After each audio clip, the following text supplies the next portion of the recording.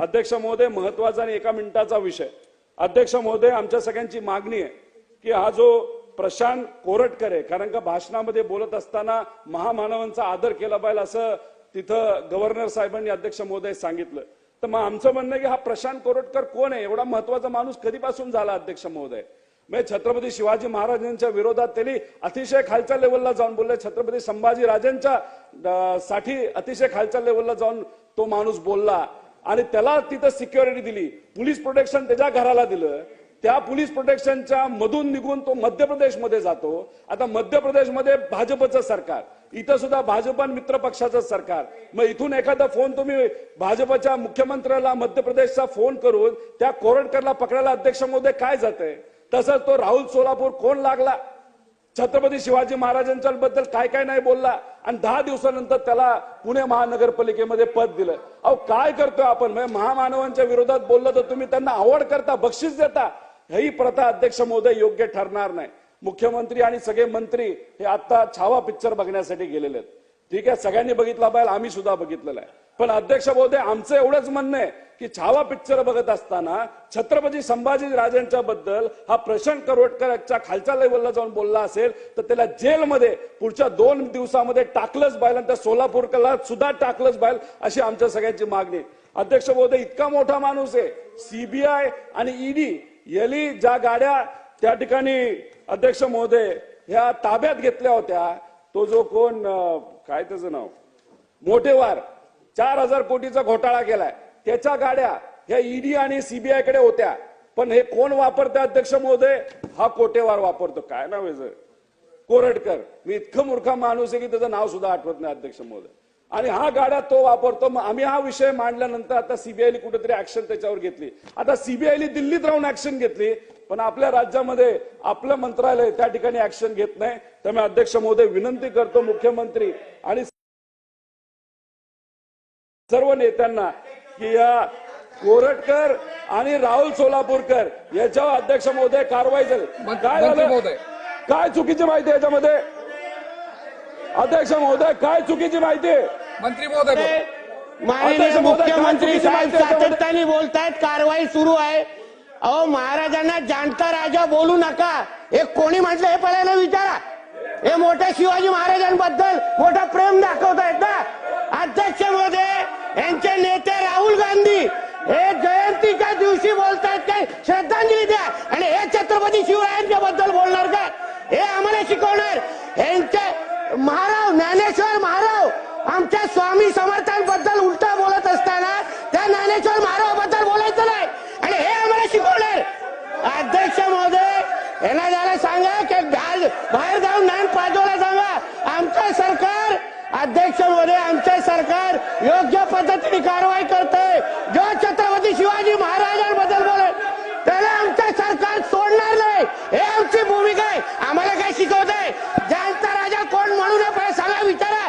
आपल्या आजोबांना जाऊन विचारा पहिला. आपल्या आजोबांना जाऊन विचारा पहिला. आम्हाला काय शिकवत आहे? आम्हाला शिकवत आहे काय? पहिला जाणता राजा म्हणू नका. पहिला आपला सन्माननीय सदस्य खाली बसून घ्या. सर्व सन्माननीय सदस्यांनी खाली बसून घ्यावं. आम्हाला सांगू नका. उगाच चुकीची माहिती येता कामा नये. हे का आता आम्हाला शिकवणार काय? पहिला जाऊन आपल्या आजोबांना जाऊन शिकवा. उगाच इथे बोल बडबडत नाही करायचं. आमचं सरकार, अध्यक्ष महोदय, छत्रपती शिवाजी महाराज, सन्माननीय सदस्य बसून घ्या. तुम्ही बसून घ्या. तुम्ही बसून घ्या. आमचं सरकार, आमच्या देवाभाऊचं सरकार त्याला सोडणार नाही हा शब्द आम्ही तुम्हाला ते देतो. आणि हे आम्हाला शिकवतायत कुठे? हे आम्हाला जाणता छत्रपती शिवरायांना जाणता राजा म्हणू नका. कोण म्हटलं बोलायला विचारा. राहुल गांधी जयंतीच्या निमित्ताने श्रद्धांजली वाहतात आणि आम्हाला शिकवतात. जितेंद्र आव्हाड त्या कार्ट्या औरंग्याबद्दल तो बोलतो औरंग्या होता म्हणून शिवाजी महाराज होते. हे आम्हाला शिकवणार? यांना सांगा विषयावर बोलायला. सर्व सन्माननीय सदस्य बसून घ्या. बसून घ्या तुम्ही. कर्जतला स्वतः कधी रायगडला गेलेले होते का? आम्हाला शिकवतात. मंत्री महोदय, अध्यक्ष महोदय, मुद्द्यावर बोलायला सांगा. बसून आम्ही घ्या, ऐकतोय सन्माननीय गपचूप. सदस्य. आम्ही ऐकतोय गपचूप, जास्त बोलायला नको. पंडित जवाहरलाल नेहरू बोला. हो, राहुल गांधी जयंतीच्या दिवशी श्रद्धांजली वाहताना काय बोलत नाहीत आणि आम्हाला शिकवतात काय? आम्हाला शिकवतात. याला सांगा, मुद्द्यावर बोलायला सांगा अध्यक्ष महोदय. आम्ही विषय सोडून बोलायला सन्माननीय लागलो. सदस्य, आम्ही बसून घ्या, सहन 2 मिनिटं करणार बसून घ्या. अध्यक्ष महोदय. कोण लागून गेला तो कोलटकर, त्याला निश्चित कारवाई करणार. पण त्या ज्ञानेश्वर महारावनी यांच्या उपस्थितीमध्ये स्वामी समर्थांबद्दल काय बोलले तेव्हा याला सुचलं नाही काय? त्याला सुचलं नाही. इथे येऊन डायलॉग बाजी चालू आहे. अध्यक्ष महोदय, सर्व जो सन्माननीय मुद्दा सदस्यांना असेल, विनंती, बाकी बसून घ्या सगळं जागेवर. पटलावून बसून घ्या, काढून बसून टाका. घ्या. पटलावून काढून टाका, नाही तर उगाय आम्हाला शिकवतायत. बसा बसा सर्व, बसा सर्व.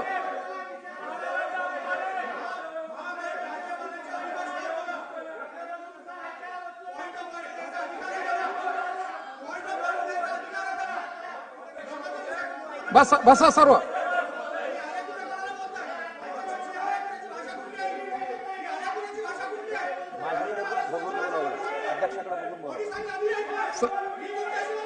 सन्मान्य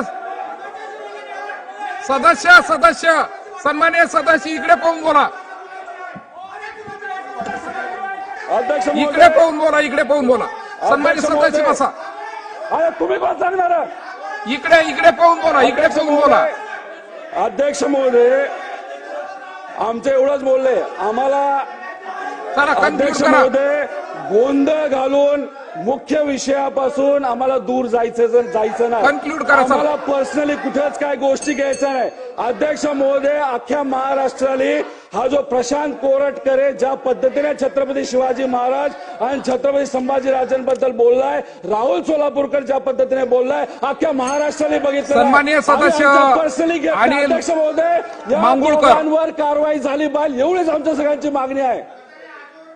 सन्मान्य सदस्य अनिल अरे घरापर्यंत मांगुळकर. नाही गेलो तुमच्या आम्ही. घरापर्यंत काय जाताय तुम्ही? तुम्ही माझ्या आवाजाबद्दल काय? बसा.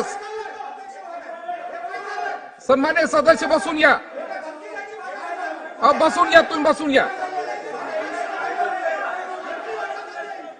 सन्मान्य सदस्य अनिल मांगुळकर. एक मिनिट त्यांचं, एक मिनिट. अध्यक्ष महाराज, राज्यपालाच्या अभिभाषणावर बोलण्याची संधी दिल्याबद्दल धन्यवाद. मी आदिवासी बहुल आत्महत्याग्रस्त जिल्ह्याचा यवतमाळ जिल्हा, जो देशामध्ये आत्महत्याग्रस्त जिल्हा म्हणून प्रसिद्ध आहे, मागच्या निवडणुकीमध्ये जाहीरनाम्यामध्ये असं जाहीर करण्यात आलं होतं की या राज्यामध्ये संपूर्ण शेतकऱ्यांचं कर्ज माफ, पण अद्यापपर्यंत कर्ज माफ झालेलं नाही. ते कर्जमाफी लवकर शेतकऱ्यांना द्यावी अशी मी आपणास विनंती करतो. राज्यपालांच्या अभिभाषणामध्ये राज्याच्या अंगणवाडी सेविकाची भरती झाली, खरोखर चांगली गोष्ट आहे. पण करोना काळामध्ये ज्यांनी जीवावर उदार होऊन अंगणवाडी सेविकेने, मदतनीस, आशा वर्करनी जे काम केलं त्याकडे बघून आपण त्यांनी सरकारी कर्मचारी म्हणून त्यांना सेवेत समाविष्ट करावे अशी मी आपणास विनंती करतो.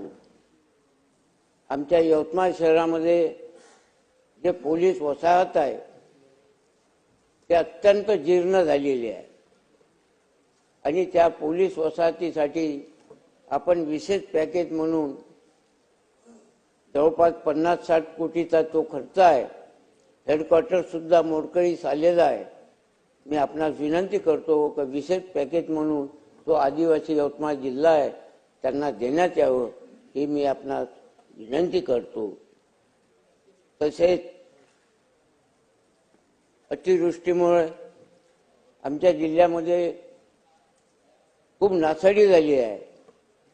त्यासाठी आमच्या जिल्ह्यातल्या शेतकऱ्यांना विशेष पॅकेज म्हणून मदत द्यावी अशी मी आपणास विनंती करतो.